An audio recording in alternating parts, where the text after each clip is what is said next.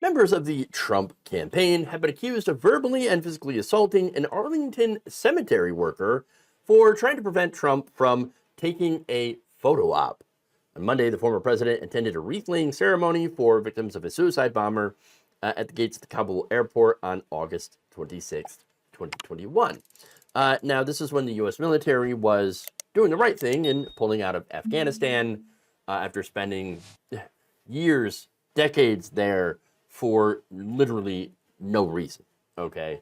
Now, on Tuesday, NPR reported that a source with knowledge of the incident claimed that two unnamed campaign officials allegedly got into a verbal and physical altercation with the cemetery official after the official attempted to stop them from filming and photographing in a section where recent U.S. casualties are buried, known as Section 60.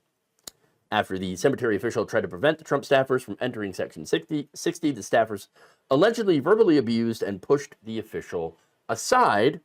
Following the report of this happening, Trump's personal Truth Social account and his campaign's War Room responded, and part of it was a response from the relatives of two of the Marines that were killed in the bombing, saying this: "We would like to express our heartfelt thanks and appreciation to President Donald J. Trump for his presence at the recent Section 60 gathering, honoring our children, their fallen brothers and sisters.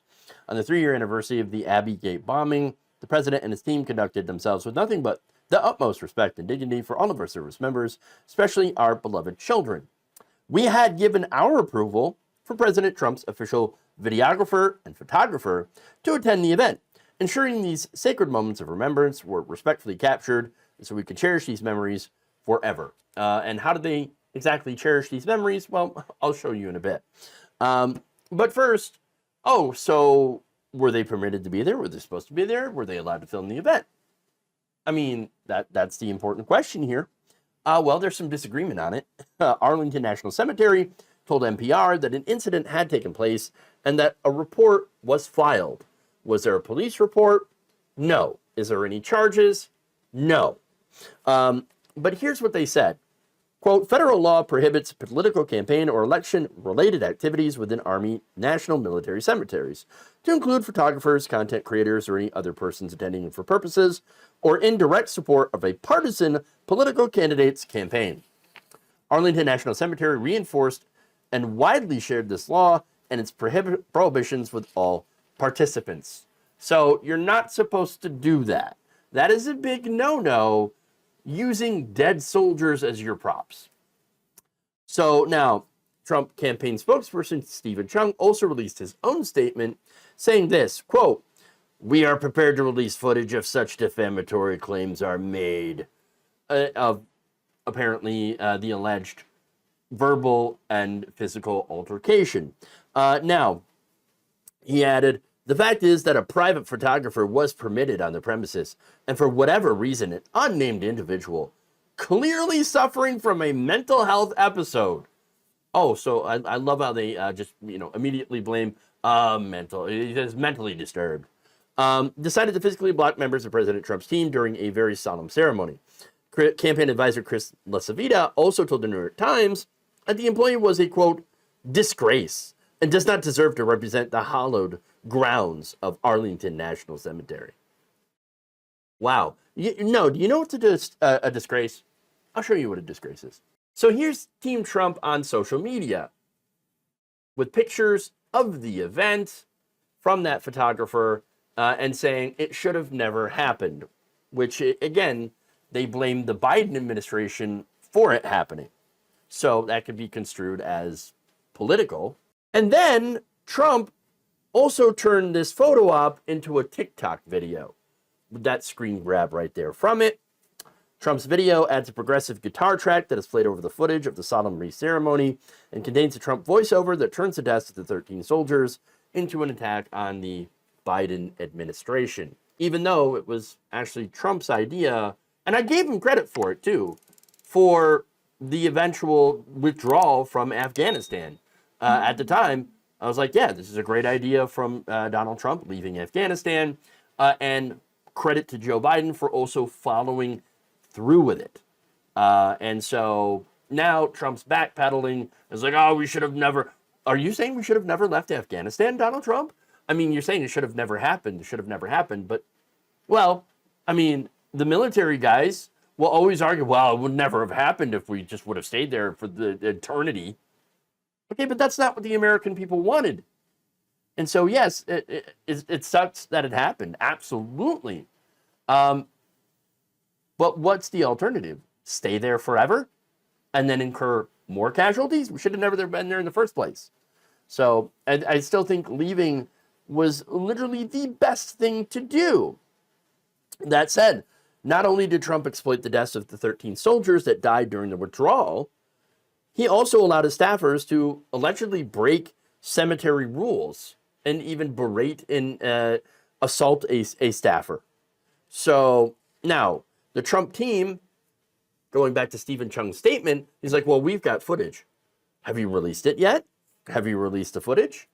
Because until you do, I'm going to call bullshit on you, okay? That's it.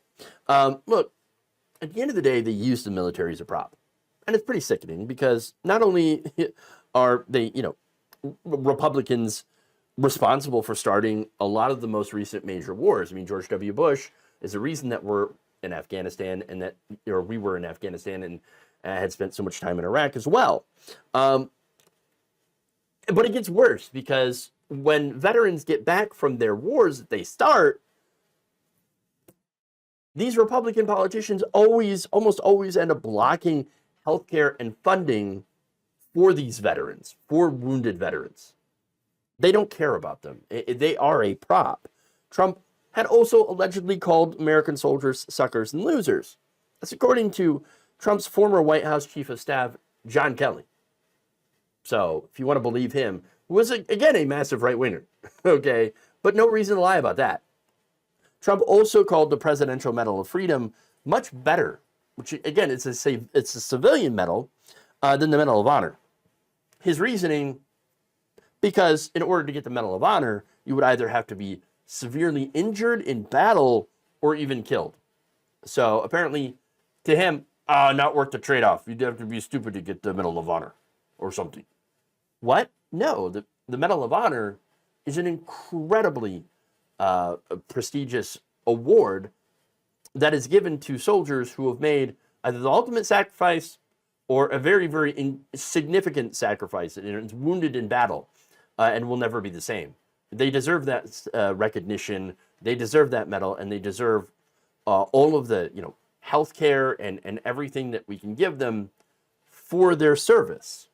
That's just what we're supposed to do as a country, as a nation, as a people, okay, to give them the respect. It doesn't matter if you disagree with the war that they were sent off to.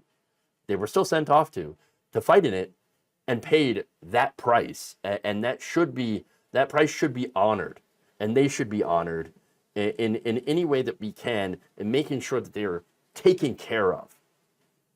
That's what a civilized country does, okay? Republicans don't really care about us living in a civilized country. They only care about using these soldiers as nothing more than political props, ways to help their own campaigns. Thank you for watching. If you enjoyed this video, please like, share, subscribe, hit the bell icon in order to get notified whenever a new video is released. And if you want to support independent, progressive media through this difficult time where it seems like everybody is shutting down, you can become a member on our YouTube page, you can become a subscriber on Facebook, or you can go to my Patreon. It's patreon.com/Jeff Waldorf. Thank you.